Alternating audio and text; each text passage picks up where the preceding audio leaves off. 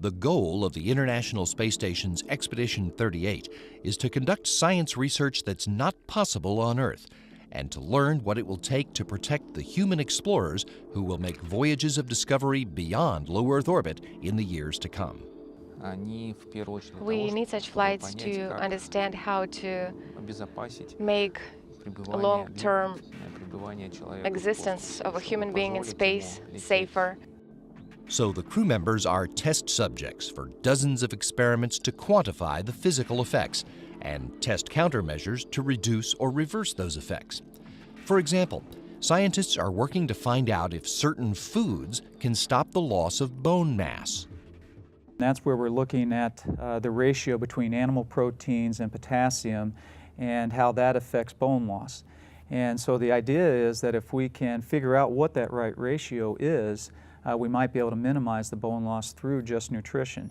We will be measuring our physiological data related to the changes in the eye and the brain due to the change in the intracranial pressure in the microgravity. And by consistently gaining or measuring this kind of physiological data on our eyes and brain, we will be able to find out exactly what other causes are for the eyesight change in flight.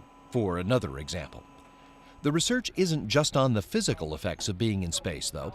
There are experiments on the psychological ones, too, which could have applications here on Earth.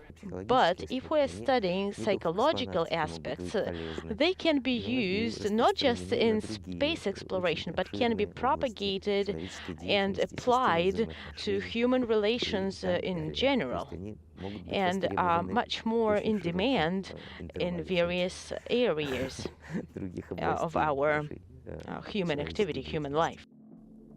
The station is also home to science in other disciplines, which are taking advantage of the unique environment in low Earth orbit. For example, there's MAXI, which is looking at cosmic X-rays, and they've had some very interesting results. In fact, I think they were able to help detect a black hole shredding a star, and so that's just fascinating.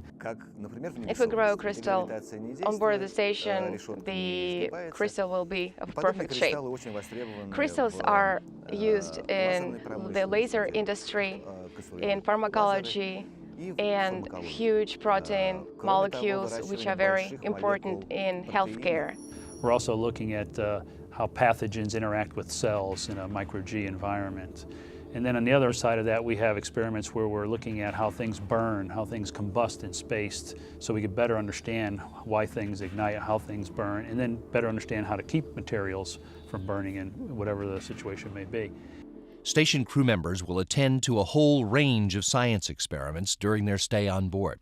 They've also trained for planned and potential spacewalks, and to receive shipments of supplies in a variety of cargo vehicles.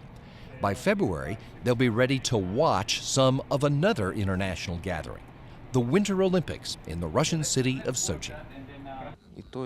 These two projects are devoted to the improvement of the communication, interaction, cooperation, people, different countries, different cultures. That is why the Olympic Games and the station are very much alike in this sense. Expedition 38 gives way to Expedition 39 when Kotov and his Soyuz crew return to Earth in March, and Wakata takes over, the first Japanese astronaut ever to command the International Space Station. Japan is very happy to have this opportunity to have ISS commander from the Japanese Astronaut Corps. It's a big challenge for me. And I'm just fortunate to be able to learn a lot from my previous ISS commanders and shuttle commanders. Wakata's crew will grow by 3 when another Soyuz arrives a few weeks later, carrying NASA astronaut Steve Swanson and Russian cosmonauts Alexander Skvortsov and Oleg Artemyev. Those 6 crew members will work together until Wakata, Tyurin, and Mastracchio head home in May, having made their contribution to achieving a dream of humankind.